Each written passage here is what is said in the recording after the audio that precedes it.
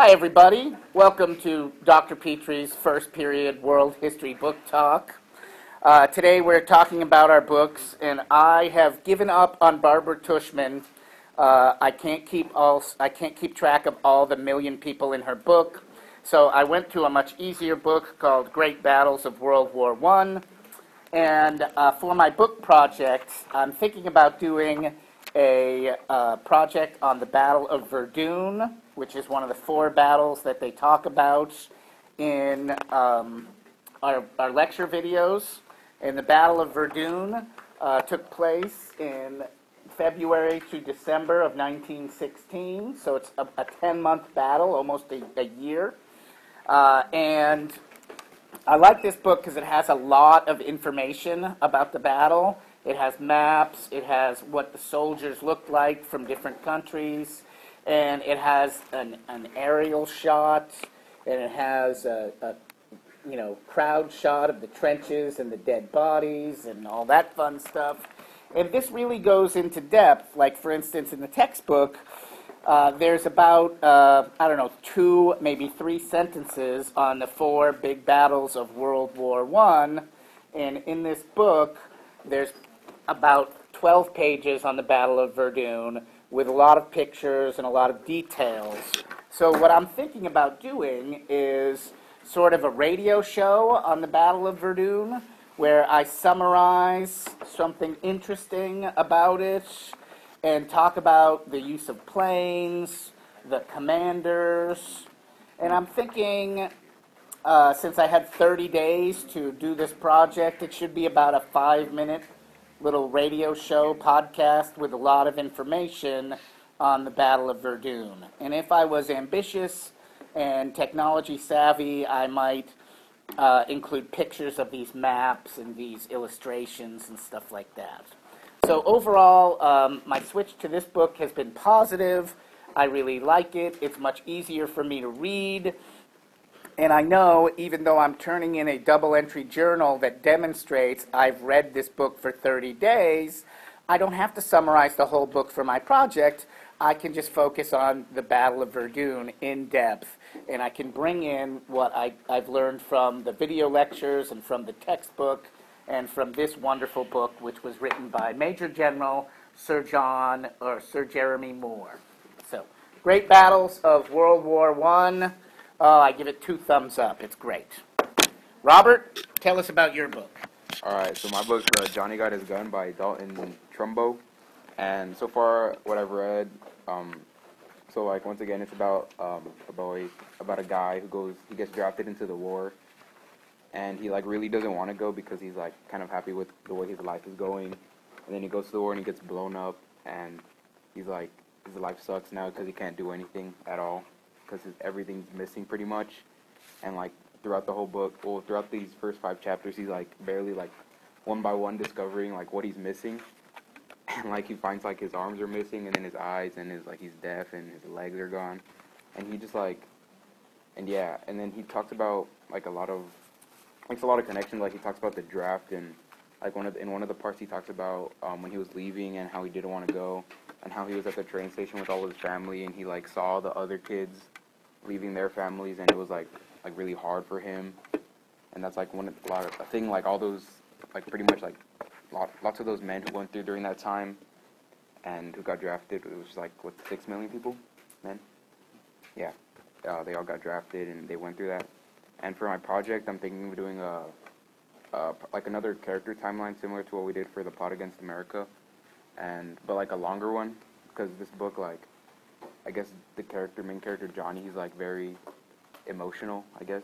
He throughout the whole book, his emotions are very up and down, and I'm trying to follow that throughout the book. I think if you had lost your arms and legs, you might be a little emotional about it too. Maybe a little on edge. Yeah, that's my plan. But a longer one, and yeah. Okay.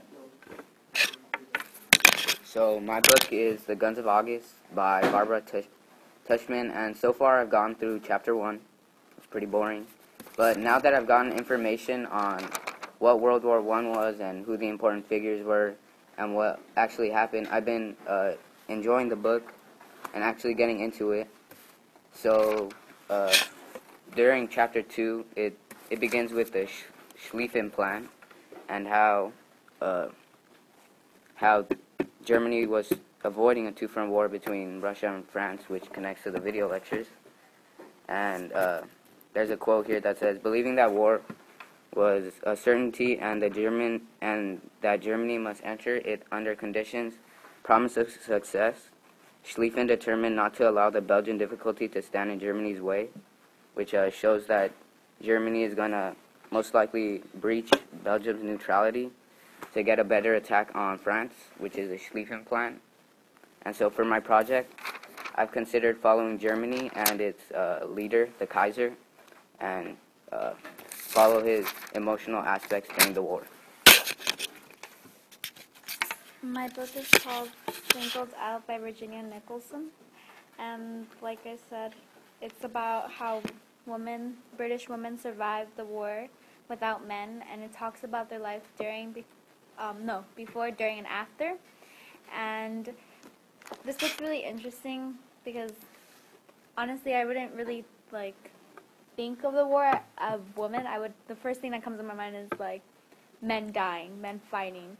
And I picked it up because I wanted to know what do they do, there's some questions that the author asks them, what would they do with their children, how would they do it for supplying their families and shelter, food. And there's this specific woman that she actually they asked her to nurse the troops when they were in war, and she got raped, and there was just so many crazy things that happened to people. And for my project, I was considering of doing 2 to 3 women that that to me were more empowering in the book out of all the women I read. And some of them have chosen art that represents their lives, how they see their lives back in the day. So I was thinking of putting some pieces of art there and describing the way they feel, the questions that were most shocking and revealing about their lives, the deepest secrets, you could say. And I think this book is really interesting. I give it a 10 out of 10, actually. Have you picked the names of the 4 people? So far I have 2. Yeah. My book is called Warhorse by Michael Merpugo. And as I was reading, it talks about how a young horse starts off and they sell him to a farmer, but nobody likes him and nobody wanted him. And he meets the farmer's boy named Albert, which seemed to be very excited about him. And Albert, as the story goes by, Albert and Joey, the horse, grow closer together, and the father just hates him, and he wants to sell him, and he finally gets sold to a soldier during World War I, because I think they're in England. He gets sold to a soldier in World War I, and yeah, that's how far I've gotten. And my project is gonna be, I was thinking about Legos, trenches and stuff. Cause yeah, that's it. So you're gonna summarize it in a great big. Yeah.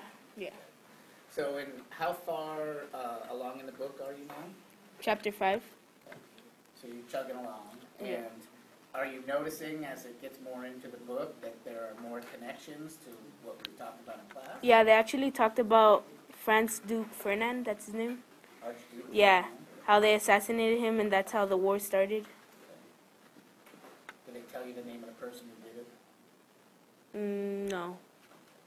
They just talk about this. Yeah. So how many chapters are in the book, you know? 21. Okay. So you still have a good 16, 17 chapters to go, 16. So you've got quite a bit of ground to make up in the next 2 weeks. Yeah.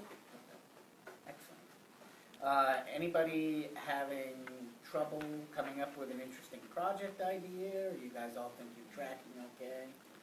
Yeah. So Now, have you talked to, Gabby, have you talked to anybody else who's reading kind of a feminist perspective of World War One? Amy has a split book that's like this. Like, I've talked to her about it. And are there anything in common in your two books? Kind of, yeah, the way, mostly in emotional appeal of how they felt. Okay. Yeah. So, all right, so that would be kind of interesting because they don't really talk about the female perspective in the textbook at all. They just talk about how World War One essentially gives women the right to vote. Right? That's the big change, is that women went into the factories as the men went off to war, and then when they came out of the factories, they said, hey, why can't we've proven ourselves, why can't we vote? And do you know which country was the first to give women the right to vote in 1915? Oh. No, honestly, no. Denmark. Yeah. Yeah, there's actually So a all the woman. European countries give women the right to vote, and the U.S. comes last. We don't give women the right to vote till 1920. There's a woman in the book that actually talked about that. About she actually she fought, like I guess they had I forgot, like it's on the tip of my tongue. When people got march, like a march Okay. about votes of writing, right? Of voting. And she said that she remembers like the intense, like it was just so intense just standing there. She says it hasn't even started, and she was just standing and she was thinking, like, do I really want to do this? And she remembers, like, some of her friends were that day, like, they went home and their husbands actually beat them for wanting to vote, because she said that she remembered that her aunt's husband, like, kept beating her and telling her, like, you're so ignorant, why would you ever want to vote? You don't have the right mentality, or you're not capable of knowing what's going on. You're not living the present moment of war. You don't feel the hardships. And she says that that really struck her because she's like, women actually do feel the hardships that men have, because it's their lovers. They're going out to war. They're gonna die. They have children, and then they have to pick up what they left.